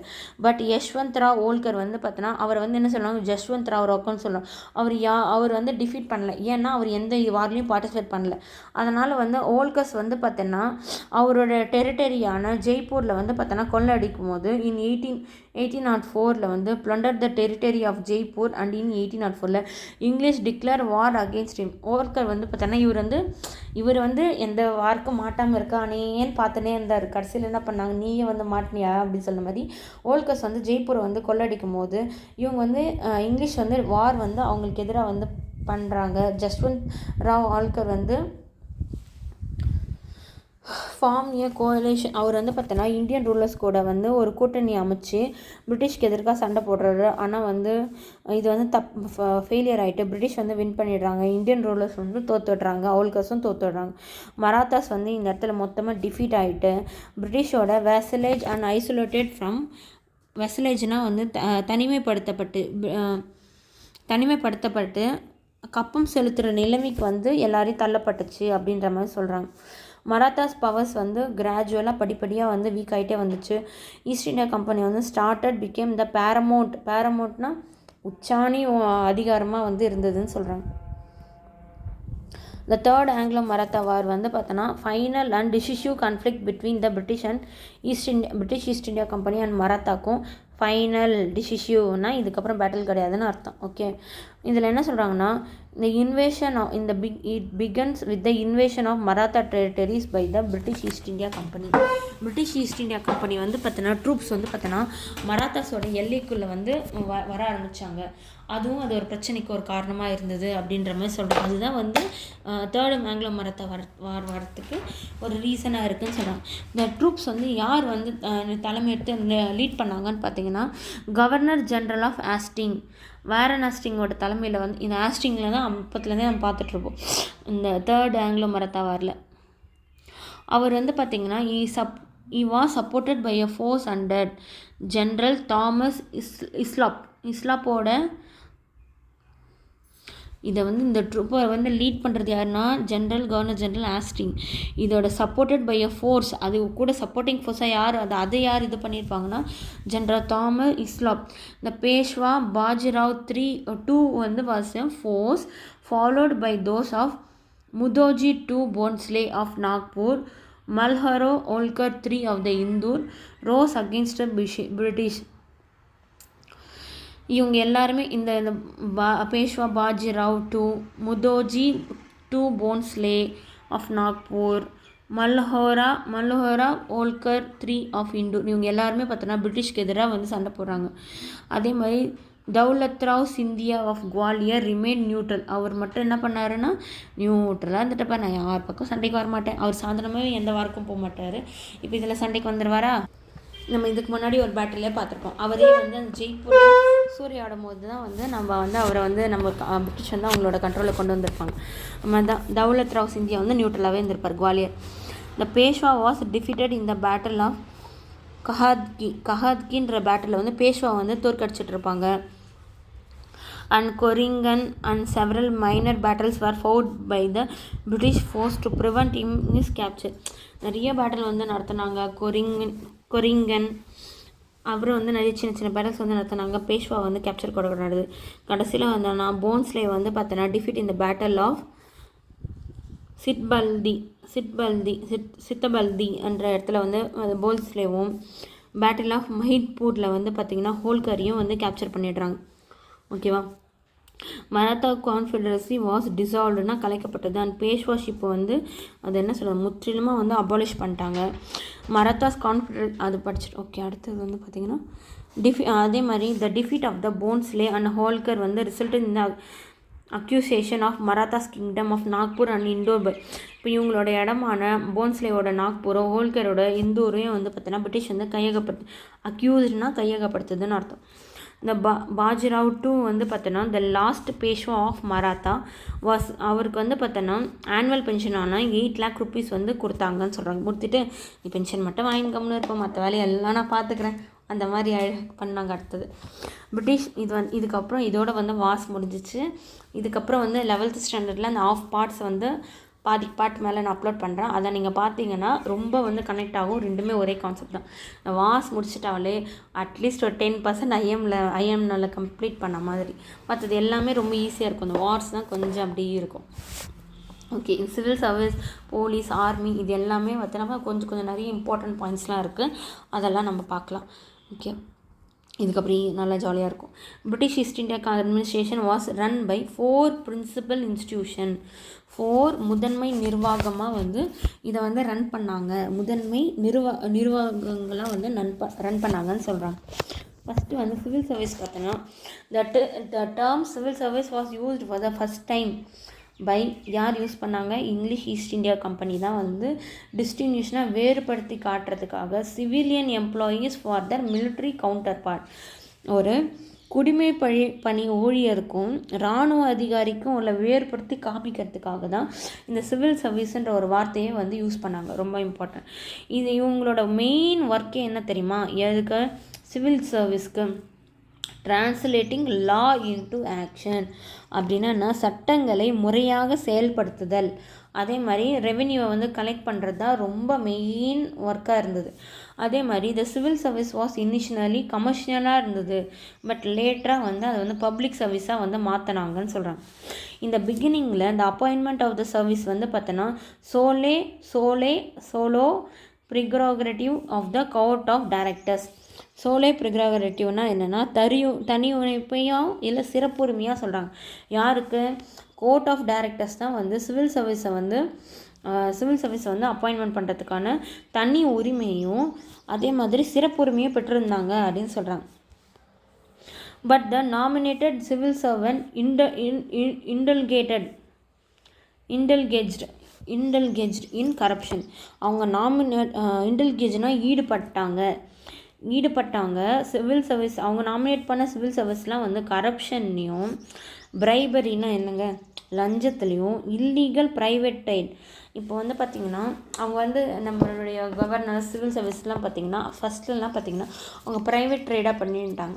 இந்த ராபர்ட் கிளைவ்லாம் பார்த்திங்கன்னா அவ்வளோ அமௌண்ட் ஆஃப் மணி ஏர்ன் பண்ணாங்கன்னா எதனாலாம்? ப்ரைவேட் ட்ரேட்னால்தான். ஓகேங்களா?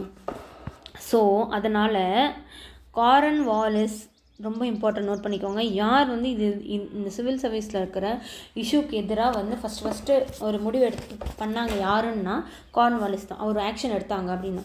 Came to India's governor general இன் 1786 வந்து பார்த்திங்கன்னா கார்ன்வாலிஸ் வந்து பார்த்திங்கன்னா இந்தியாவுக்கு கவர்னர் ஜெனரலாக வந்திருப்பார்.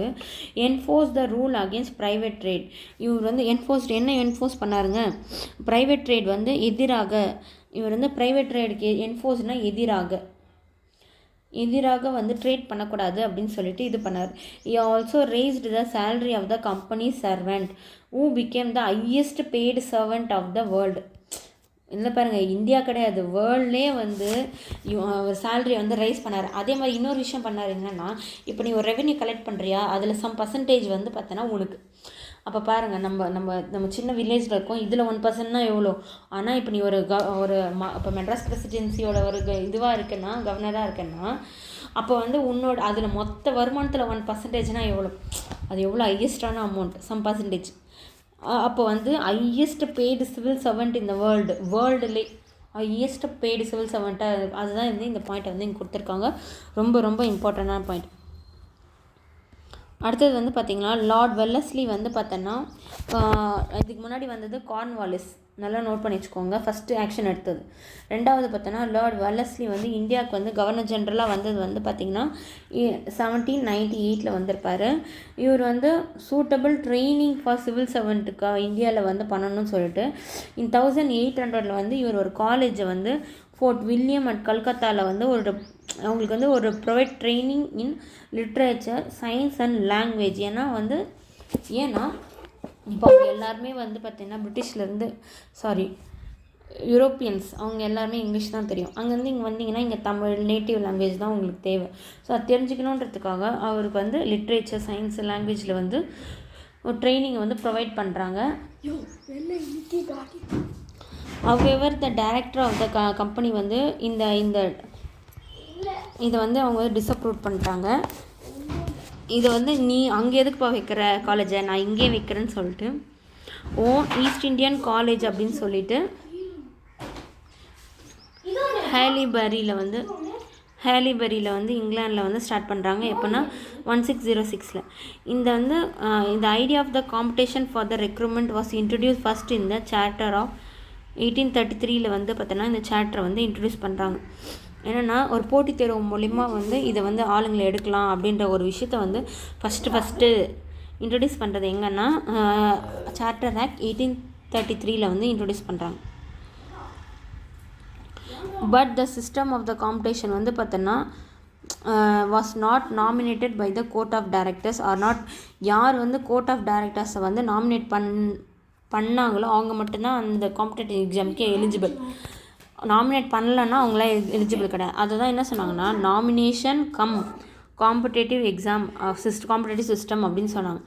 இந்த system of the open competition exam வந்து இன்ட்ரடியூஸ் பண்ணது எப்போன்னா வந்து 1853 வந்து இன்ட்ரடியூஸ் பண்ணாங்க. இந்த சிஸ்டம் வந்து யார் வந்து கன்ஃபார்ம் பண்ணாங்கன்னா by the government of India act 1858 வந்து கன்ஃபார்ம் பண்ணாங்க. இந்த மேக்ஸிமம் ஏஜ் வந்து பார்த்தோன்னா அந்த டைமில் வந்து 23 சொன்னாங்க. சப்சிக்வெண்ட்லினா அதே சமயத்தில் பின்னர் ஈஸ்ட் இந்தியா கம்பெனி அண்ட் ஹேல்பர்க் வந்து பார்த்தோன்னா அபாலிஷ் பண்ணிட்டாங்க. ஏன்னா வந்து எல்லாமே இங்கே பண்ணுறாங்கல்ல 1800 இது பண்ணியிருப்பாங்க. அதை வந்து அபாலிஷ் பண்ணிட்டாங்க 1106. ஒரு 70 இயர்ஸ் வந்து ஒரு 41 இயர்ஸ் வந்து ரன் ஆகிருக்கு. The recruitment to the civil service became the responsible of the civil service கமிஷனோட ரெஸ்பான்ஸ் அப்படின்னு சொன்னாங்க. சொன்னாங்க. அதுக்கப்புறம் வந்து பை த ரெகுலேஷன் ஆஃப் 1860 வந்து பார்த்தோன்னா மேக்ஸிமம் ஏஜ் வாஸ் லோவர்டு டு 22. இன் 1866 21 ஆக்குறாங்க. இன் 1876 வந்து அதை 19 ஆக்குறாங்க. மேக்ஸிமம் ஏஜே 19 தான். இப்போ இருக்கிற சிவில் சர்வீஸ்க்குலாம் மேக்ஸிமம் ஏஜ் 35 இப்போ எவ்வளோ பெரிய விஷயம் பாருங்கள். Indian civil service act in 1861 வந்து பார்த்திங்கன்னா பாஸ் பண்ணாங்க. British parliament exclusively reserved certain category of higher and the judicial post for the conventional civil service were later disintegrated as the Indian Civil Service. இவங்க என்ன சொல்கிறாங்கன்னா Indian civil service act of 1861 வந்து passed by the British Parliament exclusively reserved certain categories of high executive and judicial designated as an Indian civil service.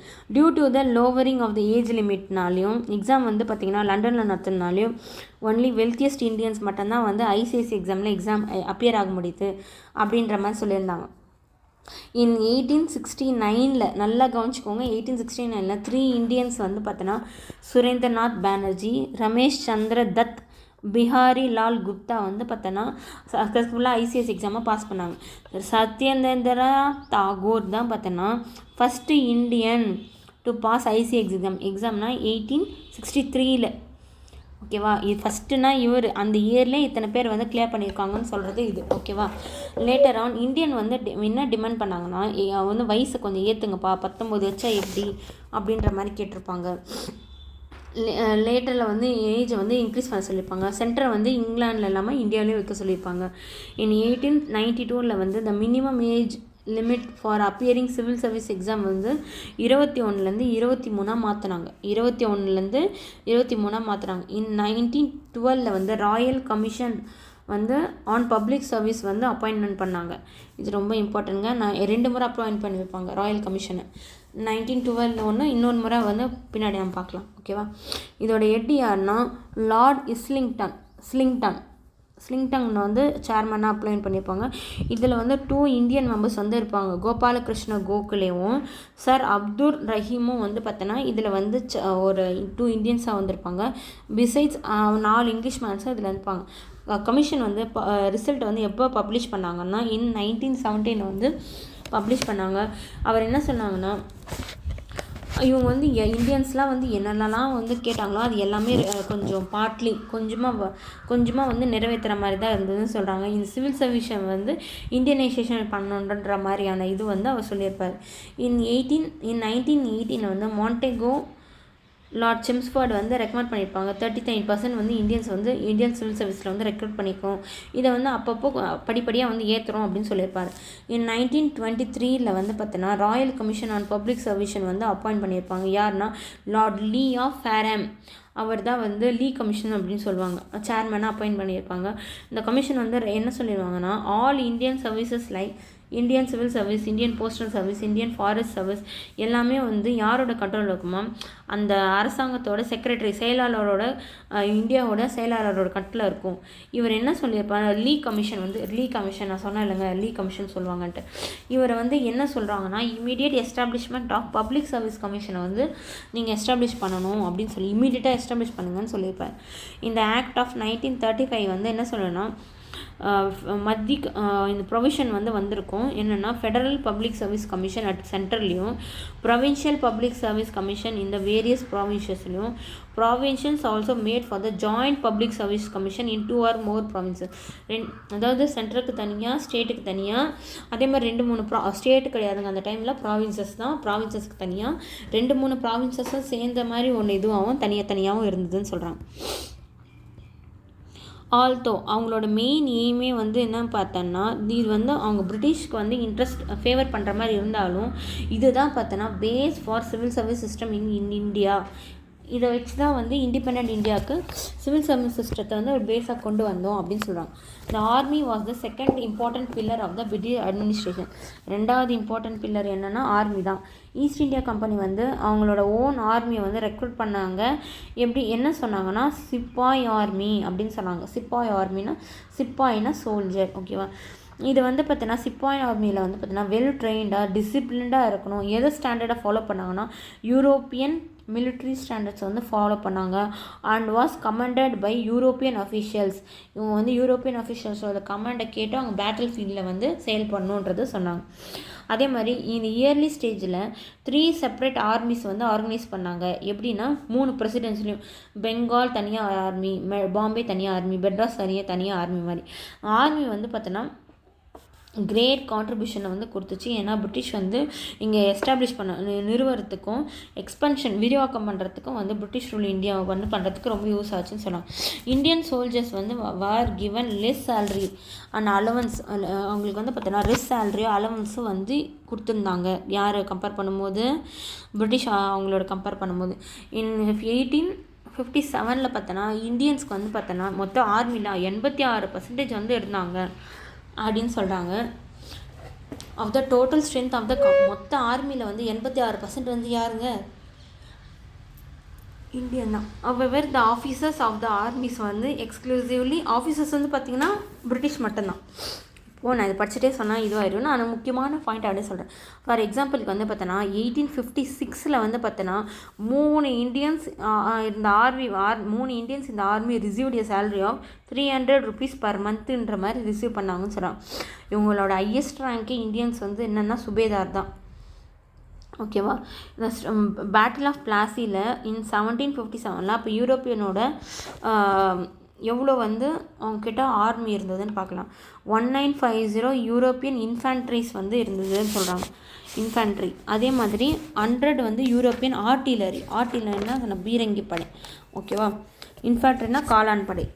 அதே மாதிரி 50 English sailors மாலுமிகள் வந்து இருந்தாங்க. 2100 Indian sepoys வந்து இருந்தாங்க. இங்கிலீஷ் ஆர்மியான 600 ட்ரூப்ஸ் வந்து பார்த்தீங்கன்னா மெயின்டைன் பண்ணாங்க பெங்கால். இதே வந்து 1857 வந்து the strength of the army in India வந்து பார்த்தோன்னா 3,11,400. அதில் வந்து பார்த்தோன்னா 2,65,900 பார்த்தோன்னா இந்தியன்ஸாக இருந்தாங்க. ஆஃபீஸர்ஸ் வந்து எல்லாருமே வந்து பிரிட்டிஷாக தான் இருந்தாங்க. ஆஃப்டர் த ரிவால்ட் ஆஃப் 1857 அப்புறம் த இம்பார்ட்டன்ஸ் வந்து சேஞ்ச் பண்ணாங்க இந்தியன் ஆர்மி சர்வீஸில். The important changes were made in Indian Army service in 1857. British ட்ரூப்ஸை வந்து அதிகமாக ரெக்ரூட் பண்ணாங்க, இந்தியன்ஸை கம்மியாக வந்து ரெக்ரூட் பண்ணாங்க. இங்கிலீஷ் சோல்ஜர்ஸ் மட்டும்தான் வந்து ஆர்டிலரி பீரங்கி படைக்கு அப்பாயிண்ட் பண்ணாங்க. போலீஸ்ன்னு பார்த்தோன்னா போலீஸில் வந்து ஈஸ்ட் இந்தியா கம்பெனி வந்து பார்த்தோன்னா took over Diwani rights in 1764 வந்து திவானி ரைட்ஸை வந்து பெற்றாங்க. The Mughal police system was under the control of Fujidars who were in charge of the Sarkars or rural district. இதுக்கு முன்னாடி பார்த்திங்கன்னா திவானி ரைட்ஸ் வாங்கும்போது 1765 திவானி ரைட்ஸ் எப்போங்க வாங்கினாங்க? 1765.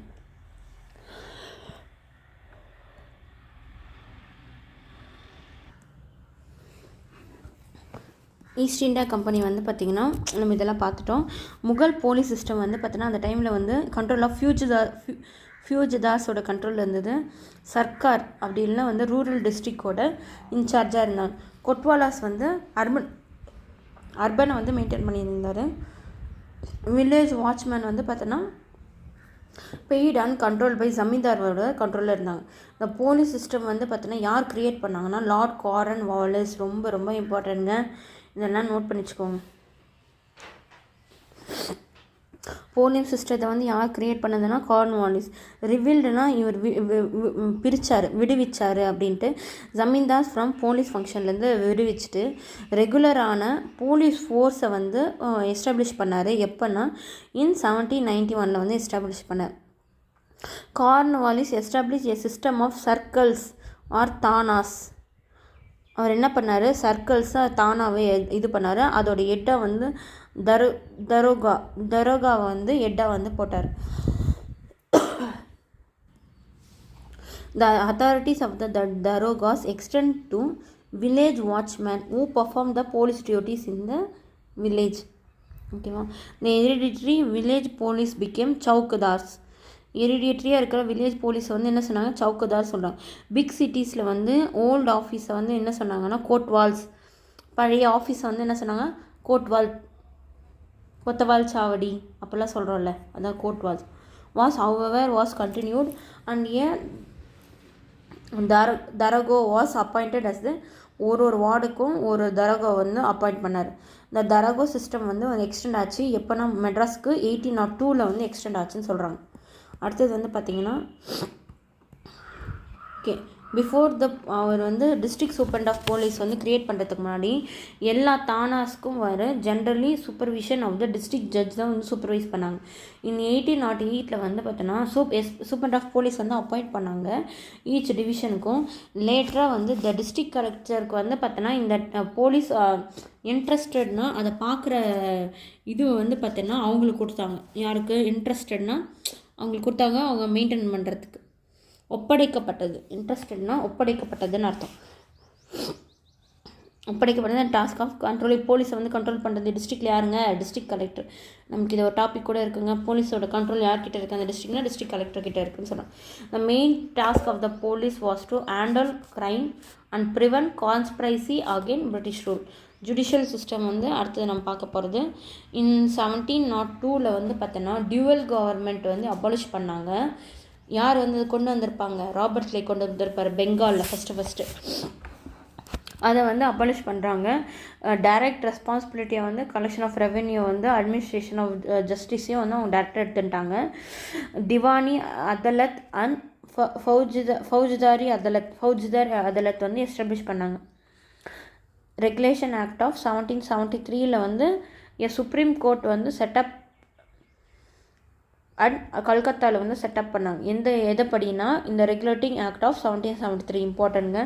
இந்த court consisted of the chief ஜஸ்டிஸும் 3 துணை பியூனிஷனா வந்து துணை judge who were appointed by the crown. யார் வந்து அப்பாயின்மெண்ட் பண்ணாங்க? மன்னர் வந்து அப்பாயிண்ட் பண்ணாங்க.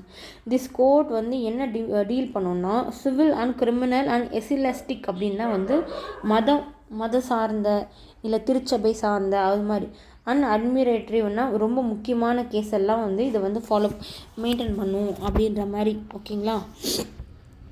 பிரத்யேகமான வழக்கு, முக்கியமான வழக்கெல்லாம் அது வந்து டீல் பண்ணும். இது வந்து இந்த சுப்ரீம் கோர்ட் ஆஃப் கல்கத்தாவோட மாடலை பேஸ் பண்ணி சுப்ரீம் கோர்ட் ஆஃப் மெட்ராஸ் வந்து எப்போ எஸ்டாப்ளிஷ் பண்ணுறாங்க? ரொம்ப இம்பார்ட்டன்ட் இது. 1801 பாம்பே வந்து 1823 இன் 1832 விண்டியன் பெல்ட்டிக் வந்து ஸ்டார்ட் பண்ணுறாரு. ஜூரி சிஸ்டம் இன் பெங்காலில் வந்து நம்ம வந்து ஸ்டார்ட் பண்ணார். எப்போனா 1832 வில்லியம் பென்டிக் வந்து ஸ்டார்ட் பண்ணோம். ஸ்டார்ட் பண்ணுறாரு. அதே மாதிரி இந்தியன் லா கமிஷன் வந்து எஸ்டாப்ளிஷ் பண்ணார் டு கம்பைல் த லா வந்து கம்பைல் பண்ணுறதுக்காக. எ ரூல் ஆஃப் லா வந்து establish for the whole empire. சட்டத்தின்படி தான் ஆட்சின்றது எல்லா எம்பையர்லேயும் வந்து மொத்த இந்தியாவிலையும் அது வந்து பண்ணாங்க. According to the Indian high court act 1863 படி 3 ஐ கோர்ட்ஸ் வந்து செட்டப் பண்ணாங்க. Set up in Calcutta, Bombay and Madras. எங்கெங்கன்னா ஓல்டு சுப்ரீம் கோர்ட் இருந்துச்சோ அதை வந்து நியூ ஐ கோர்ட்டாக வந்து மாற்றினாங்க.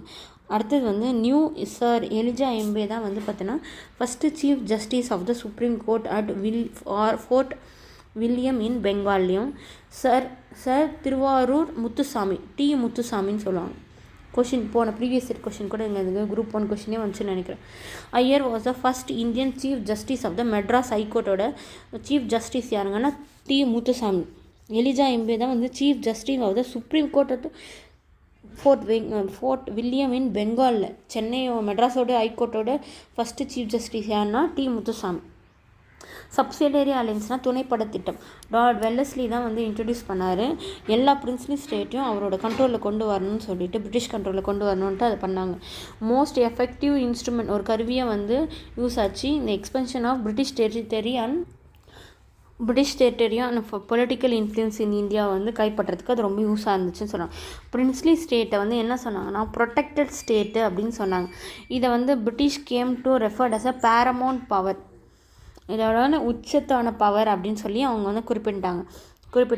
த டியூட்டிஸ் ஆஃப் த பிரிட்டிஷ் வந்து to safeguard the state from the, அவரோட டியூட்டியாக என்ன இருந்தாங்கன்னா எக்ஸ்டர்னல் அக்ரெஷன்னா எக்ஸ்டர்னல் யாரா தாக்குனாங்களோ காப்பாற்றுறது வந்தும் இன்டர்னலாக பீஸை வந்து மெயின்டைன் பண்ணுறதுக்கும் வந்து அவங்களுக்கு வந்து யூஸ் ஆச்சு. The main feature of the subsidiary அலைன்ஸ்னால் என்னென்னா இந்தியா வந்து பார்த்தோன்னா அவங்களோட படையை வந்து கலைச்சிடணும், பிரிட்டிஷ் ஃபோர்ஸை வந்து அக்செப்ட் பண்ணிடணும். இந்தியாவோட பிரிட்டிஷோட பிரதிநிதி ஒருத்தர் வந்து அவரோட கேபிட்டல் ஒவ்வொருத்தவங்க இப்போ நவாப் ஹைதராபாத்னா அதில் வந்து அவருடைய பிரதிநிதி வந்து ஒருத்தர் வந்து அந்த கேபிட்டலே ஸ்டே பண்ணுவார். ஓகேவா? இந்த மெயின்டைன் பண்ணுறதுக்கான இப்போது அந்த ட்ரூப்ஸை மெயின்டைன் பண்ணுறதுக்கான சார்ஜஸையும் அங்கே இருக்கிற வேலை செய்கிறவங்களுக்கு கூலி கொடுக்குறோம்ல அதுக்காக சீட்னா கொடுக்கணும். சீட்னா யாருன்னா நம்ம பிரின்ஸ்லி ஸ்டேட் வந்து பார்த்தோன்னா பிரிட்டிஷ்க்கு வந்து பர்மனெண்ட்டாக ஒரு சில டெரிட்டரியை வந்து கொடுக்கணும், இடத்த வந்து கொடுக்கணும். அதுலேருந்து வர வரியை வசூல் பண்ணி அவங்க வந்து அதை மெயின்டைன் பண்ணிக்குவாங்க. அதை தான் வந்து அதில் சொல்கிறாங்க. எல்லா நான் இங்கிலீஷ் பிரிட்டிஷை தவிர மற்ற எல்லாருமே வந்து அந்த இடத்த விட்டு வெளியே போயிடணும். நேட்டிவ் ரூலர்ஸ் வந்து எந்த ஒரு ஃபாரின் ஸ்டேட் கூடயும் டீல் வச்சுக்கக்கூடாது. அப்படி வச்சுக்கணுன்னா பிரிட்டிஷோட பெர்மிஷன் வேணும். ஓகேவா? பிரிட்டிஷ் வந்து பார்த்தோன்னா அவங்க வந்து எல்லா உள்நாட்டு குழப்பத்துலேருந்தும் வெளிநாட்டு குழப்பத்துலேருந்தும் அவங்க வந்து காப்பாற்றுவாங்க பிரின்ஸ்லி ஸ்டேட்டை. ஓகேவா? Merits for the British. இதனால் வந்து என்ன சொன்னாங்கன்னா இது வந்து அவங்க பிரின்ஸ்லி ஸ்டேட்டோட நன்மை. பிரிட்டிஷ்க்கு என்ன நன்மைன்னா இவங்களால் வந்து லார்ஜ் ஆர்மியை வந்து யாரோட செலவில் நம்ம இந்தியனோட ரூலரோட செலவுலேயே வந்து அவங்க வந்து அவங்களோட ட்ரூப்ஸை வந்து அவங்க வந்து வேலைக்கு வச்சுருக்காங்க. எல்லா ஃப்ரெஞ்ச் மேன்ஸும் வந்து அவங்க இப்போ அதனா அவங்க நேட்டிவோட ஒரு ஃப்ரெண்டாக இருந்தாங்கன்னா அவங்க எல்லாருமே வெளியே போயிடணும்.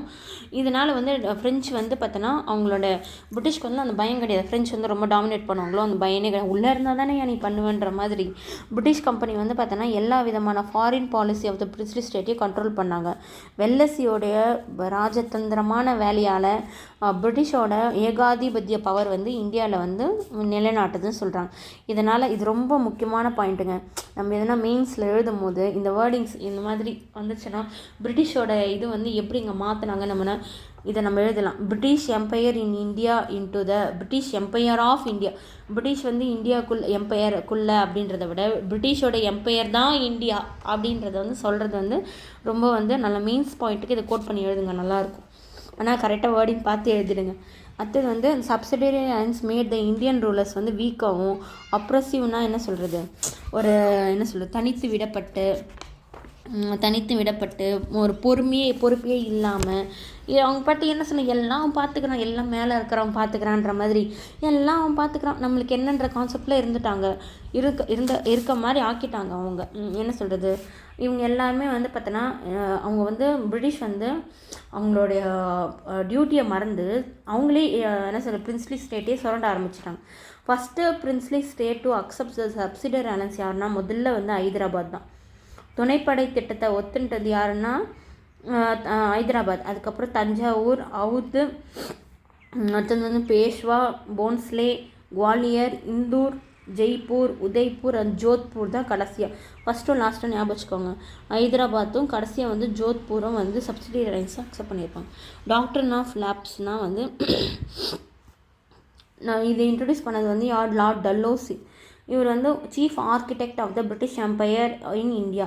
யார் வந்து chief architect of the British empire in இந்தியான்னு சொல்லுவாங்க யாருன்னா லார்ட் டல்லோசியை தான் சொல்லுவாங்க. இவர் வந்து ஒரு ஏகாதிபத்தியவாதி, இம்பீரியலிஸ்ட். ஓகேவா? இவர் வந்து நியூ பாலிசியான டாக்டர் ஆஃப் லேப்பஸை வந்து அறிமுகம் பண்ணார். இது வந்து பிரிட்டிஷ் எம்பையரை வந்து எக்ஸ்டெண்ட் பண்ணுறதுக்கு யூஸ் ஆச்சு. இவர் வந்து made use of his president and declare in 1848. இந்த நேட்டிவ் ரூலர்ஸ் வந்து யாருன்னா குழந்தைய அடாப்ட் பண்ணனா, இப்போ கம்பெனியோட பெர்மிஷன் எல்லாம் அடாப்ட் பண்ணாங்கன்னா அவங்களோட பர்சனல் ப்ராப்பர்ட்டி மட்டும்தான் அந்த ரூலரோடது அந்த குழந்தைக்கு போகும். அந்த கிங்டமோ மற்ற எல்லாமே வந்து பிரிட்டிஷோட ஏகாதிபத்தியத்துக்கு கீழே வந்துடும் அப்படின்ற மாதிரி சொல்லியிருப்பார். இந்த பிரின்சிபல் தான் வந்து டாக்டரின் ஆஃப் லேப்பஸ் அப்படின்னு சொல்லுவாங்க. இது வந்து பிட்டர்லினா என்ன சொல்ல கடுமையாக வந்து அப்போஸ் பண்ணாங்க. யாருன்னா இந்தியன்ஸு. இதுதான் வந்து கிரேட் ரிவால்ட்டுக்கு ஒரு ரூட் காஷாக இருந்ததுன்னு சொல்கிறாங்க. இந்த டாக்டரின் ஆஃப் லேப்பஸ் பாலிசியில் முதல்ல அனெக்ஸ் பண்ணது யாருன்னா சத்தாரா, அடுத்தது வந்து Jaipur, Sambalpur, Bhagat and Udaipur and Jhansi and Nagpur தான் வந்து கடைசியாக வந்து இது கூட வந்து அனெக்ஸ் பண்ணியிருப்பாங்க. இந்த factor for the succession of the British வந்து பார்த்தோன்னா எதெல்லாம் வந்து அவங்களுக்கு ஒரு சக்சஷனாக இருந்ததுன்னா நேவல் பவரு, டெக்ஸ்டைல் வந்து நல்லா டெவலப் ஆனது, என்ன சொல்கிறது சயின்டிஃபிக் டிவிஷனாக வந்து லேபரை வந்து பிரித்து வச்சது, economic prosperity and skilful diplomacy, அவங்களுடைய என்ன சொல்கிறது ராஜதந்திரமான வேலைகள், அது எல்லாமே காரணம். இவங்க இந்தியன்ஸ் வந்து மின்சன்ஸ் வந்து இன்செக்யூரிட்டியாக ஃபீல் பண்ணாங்க. அப்போ அந்த டைமில் வந்து சூரத்தோட போர்ட்டை வந்து முகல்ஸ் வந்து மராத்தாஸ் வந்து அட்டாக் பண்ணிட்டு போயிட்டதுனால முகல்ஸால் நல்லா சேஃப்டி கொடுக்க முடியல. அந்த பக்கம் வந்து கிங்ஸ் யாரும் அவ்வளோ பலமாக இல்லை. அதை பயன்படுத்தி அவங்க என்ன பண்ணாங்க, பாம்பேக்கு நான் வந்து டச்சோட கண்ட்ரோலில் இருக்கேன், நான் வந்து இங்கிலீஷோட கண்ட்ரோலில் இருக்கேன், பிரிட்டிஷோட கண்ட்ரோலில் இருக்கேன்னு சொல்லி அவங்க சேஃப்டி பண்ணிட்டாங்க. இந்த மாதிரி இன்செக்யூரிட்டி இருக்குதுன்னா நம்ம இந்தியன் ரூலர்ஸ் வந்து அவங்க விட்டுட்டாங்க. அதை தான் அவங்க சொல்கிறாங்க. Feeling of insecurity among the Indian merchants in inequality ignorance of the Indian kings. அவங்க வந்து ஒரு ஒற்றுமை இல்லாமல் நான் பெரியவன் நீ பெரியவன், நீ போடுறா அப்படின்னு சொல்லி அவங்க 2 பேருக்குள்ள சண்டை போட்டதும் ஒரு ரீசன் அப்படின்ற மாதிரி சொல்கிறாங்க. அடுத்தது கன்க்ளூஷனில் வந்து பார்த்தோன்னா பேட்டில் ஆஃப் பிளாசி வந்து foundation of the British domination in இந்தியான்னு சொல்கிறாங்க. இந்த கம்பெனியோட administration was not for the interest of the people. அவங்க வந்து மக்களோட நலனுக்கெல்லாம் எதுவும் இவங்க ஏகாதிபத்தியம் அவங்க விரிவாக்கம் பண்ணணும், சுரண்டணும், இது மட்டும்தான் அவங்களோட நோக்கமாக இருந்தது. மோர் இந்தியன் டெரிட்டரியை வந்து பிரிட்டிஷோட கண்ட்ரோலுக்கு கொண்டு வந்தாங்க. எப்படின்னா சப்சிடரி துணைப்படை திட்டம் மூலியமாகவும் டாக்டரின் ஆஃப் லேப்பஸ் திட்டம் மூலியமாகவும் கொண்டு வந்தாங்க. திஸ் பாலிசி வந்து சவுத் இந்தியன் ரெபெல்லியனை வந்து கொண்டு வந்துச்சு. வேலூர் ரிவோல்ட்டு அண்ட் கிரேட் ரெபெல்லியனை வந்து 1857 வந்து கொண்டு வந்துச்சுன்னு சொல்கிறாங்க. இதை வந்து ரீகேப் வந்து பார்த்துடலாமா? சிராஜ் உத்தவ்லா வந்து அசன்ட் த த்ரோன் ஆஃப் த பெங்காலுக்கு வந்தார். இன் 9 February 1757 ட்ரீட்டி ஆஃப் அலிநகர் வந்து சைன் ஆச்சு. கர்நாடிக் வார் வந்து 1746 to 1763 வந்து திப்பு வந்து 3.6 crores வந்து வாரோட இண்டிமிட்டியாக வந்து இழப்பீடு தொகையாக கொடுத்தாரு. வெல்லசி வந்து வாரை வந்து யாருக்கு எதிராக திப்புக்கு எதிராக பண்ணாருன்னா 1799 வந்து பண்ணார். எதுக்காகனா அவர் வந்து வெளிநாட்டில் இருக்கிறவங்க கூடலாம் வந்து தொடர்பு வச்சுட்டாங்க அப்படின்றதுனால. கார்ன்வாலிஸ் வந்து என்ன பண்ணாருன்னா சர்க்லஸ் ஆர் தானாஸ் வந்து வாஸ் ஹெடட் பை த தரங்கோ அவரோட தலைமையில் வந்து பார்த்தோன்னா இது கார்ன்வாலிஸ் வந்து போலீஸ் சிஸ்டத்தை வந்து இன்ட்ரடியூஸ் பண்ண. எலிஜா எம்பர் வந்து chief justice of supreme court at Fort William in Bengal. இதே வந்து மெட்ராஸில் ஹைகோர்ட்டோட சீஃப் ஜஸ்டிஸான கமெண்ட் பண்ணுங்கள். லார்ட் வெல்லஸ்லி வந்து பார்த்தோன்னா என்ன இன்ட்ரடியூஸ் பண்ணாங்க, சிஸ்டம் ஆஃப் சப்சிடரி அலைன்ஸை வந்து இன்ட்ரடியூஸ் பண்ணாங்க. டல்லோசி வந்து என்ன பண்ணாருன்னா one of the chief architect of the British empire in India. Chief ஆர்கிடெக்ட்னா யாருங்க? Lord Dalhousie. Okay. The ruler of Bengal in 1757 யாருங்க? பேட்டில் ஆஃப் பிளாசி நடந்துச்சு. பேட்டில் ஆஃப் பிளாசி டைமில் வந்து பார்த்திங்கன்னா ரூலர் யார்? பெங்கால் யார்? சிராஜ் உத் தௌலா தான் வந்து ரூலராக இருந்தாங்க. அடுத்தது வந்து பார்த்திங்கன்னா பேட்டில் ஆஃப் பிளாசி வந்து 1756 ஓகேவா. 1764 battle of Buxar. Okay. Which among the following treaty was signed after battle of Buxar. என்னங்க battle of treaty of Alinagar வந்து சைன் பண்ணாங்க. இந்த என்னது அடுத்தது வந்து இந்த treaty of Pondicherry brought thus dash Carnatic war to end second. Next வந்து பார்த்தீங்கன்னா the treaty of Mangalore was signed between Tipu and British. Okay, who was the British Governor General during Third Anglo-Mysore War? Lord Cornwallis. Who signed the Treaty of Bassein with the British? Bajirao II. Who was the last Peshwa of the Maratha Empire? யாருங்க answer? Bajirao II. அடுத்தது வந்து who was the first Indian state to join the subsidiary alliance? subsidiary allianceல சேர்ந்தது ஹைதராபாத். அதே மாதிரி இது நம்ம யாருங்க doctor of லேப்ஸில் சேர்ந்தது சத்தாரா. ஓகேவா. அடுத்தது வந்து பார்த்திங்கன்னா இந்த treaty of Alinagar was signed in எப்போங்க சைன் பண்ணாங்க? 17 புக் பேக்கில் வந்து அலிநகர் கேட்டுட்ருக்காங்க, நம்ம வந்து ஞாபகம் பார்த்துக்கணும். 1756. The commander in chief of Siraj Uddaulah யாருங்க? மிர் ஜாஃபர். அடுத்தது வந்து the main causes for the second Carnatic war is the war of succession. War of succession தான் வந்து செகண்ட் கர்நாடிக் வாரோட reason. Dash adopt the policy of the doctrine of lapse to extend the British rule in India. Dalhousie. Doctrine of lapse Dalhousie ஞாபகம் வச்சுக்கோங்க. அடுத்தது Tipu Sultan was finally defeated at the hand of யாரோட கையில்? Lord Wellesley. After the death of the Tipu Sultan, Mysore was handed over to British. In 1800, Dash established a college at Fort William in Calcutta. Lord Wellesley தான் வந்து training கொடுக்கணும் Indian civil சர்வீஸ்க்குன்னு சொல்லி கட்டியிருப்பார். அதை வந்து ஒரு 6 இயர்ஸ்லேயே வந்து அவங்க அபாலிஷன் பண்ண 1806 வந்து அவங்களே வந்து நானே கட்டிக்கிறேன் பண்ணி ஒன்றும் கட்டாத பண்ணிட்டு அவங்களே கட்டியிருப்பாங்க. அடுத்தது வந்து match the following. Treaty of Aix la Chapelle வந்து எதுக்குங்க பண்ணாங்க? First Carnatic war. Treaty of Salbai வந்து ஃபஸ்ட் மராத்தா வார். அடுத்தது வந்து ட்ரீட்டி ஆஃப் பாரிஸ் வந்து தேர்ட் கர்நாடிக் வாருங்க. Third Carnatic war. அடுத்தது வந்து treaty of Srirangapatnam third Anglo Maratha war. Treaty of Madras வந்து first Anglo Maratha war, Mysore war. Okay, அடுத்தது வந்து பார்த்திங்கன்னா after the death of the Alivardi Khan Sirajuddaulah ascend the thrown of the Bengal. ட்ரூங்க. Hector Munro lead the British force in the battle of Plassey. ஃபால்ஸுங்க, அவர் வரலங்க. The outbreak of the Australian War of Succession in Europe was lead to the Second Carnatic War in India. இல்லைங்க, first. Okay. அடுத்தது வந்து Elijah Impey the first chief justice of supreme court at Fort William in Bengal. ட்ரூங்க. Police system was created by Lord Cornwallis. கரெக்டுங்க. அடுத்தது வந்து which one of the following is correctly மேட்ச்டுங்க. இதில் எது கரெக்ட்லி மேட்ச்னா இதுதான் பேட்டில் ஆஃப் வந்தவாஷ் மட்டும்தாங்க கரெக்ட்லி மேட்ச்சு, மற்ற எல்லாம் தப்பாக மேட்ச் பண்ணியிருக்காங்க. அவ்வளோதாங்க ஃப்ரெண்ட்ஸ், முடிஞ்சிச்சு. நம்ம நெக்ஸ்ட் வந்து பார்த்திங்கன்னா 11th ஸ்டாண்டர்ட் பார்க்கலாம்.